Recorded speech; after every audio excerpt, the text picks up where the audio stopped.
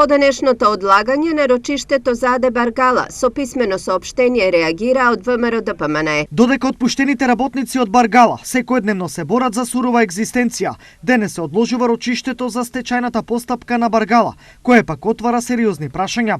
Дали семејната врска на градоначалникот на општина Штип со Баргала е пресудна за привилегиите компанијата ги има во судскиот систем. Дали тоа што председателот на Основниот суд во Штип е прв братучет на председателот на општинската организација на СДСМ во Штип Александар Кангалов е клучно да се штитат нивните кадри од бизнис секторот. Дали живееме во време кога граѓаните не можат веќе да му веруваат на судството и се оставени самостојно да се борат против локалните мокници. На соопштението од ВМРО ДПМН контрреакција имаше од СДСМ. Судската власт е независна и секое нејзино споменување и поврзување со председателот на општинската организација на СДСМ Штип и градоначалникот е неосновано. Заврши времето на нарачени пресуди и случаи во ФИОКа.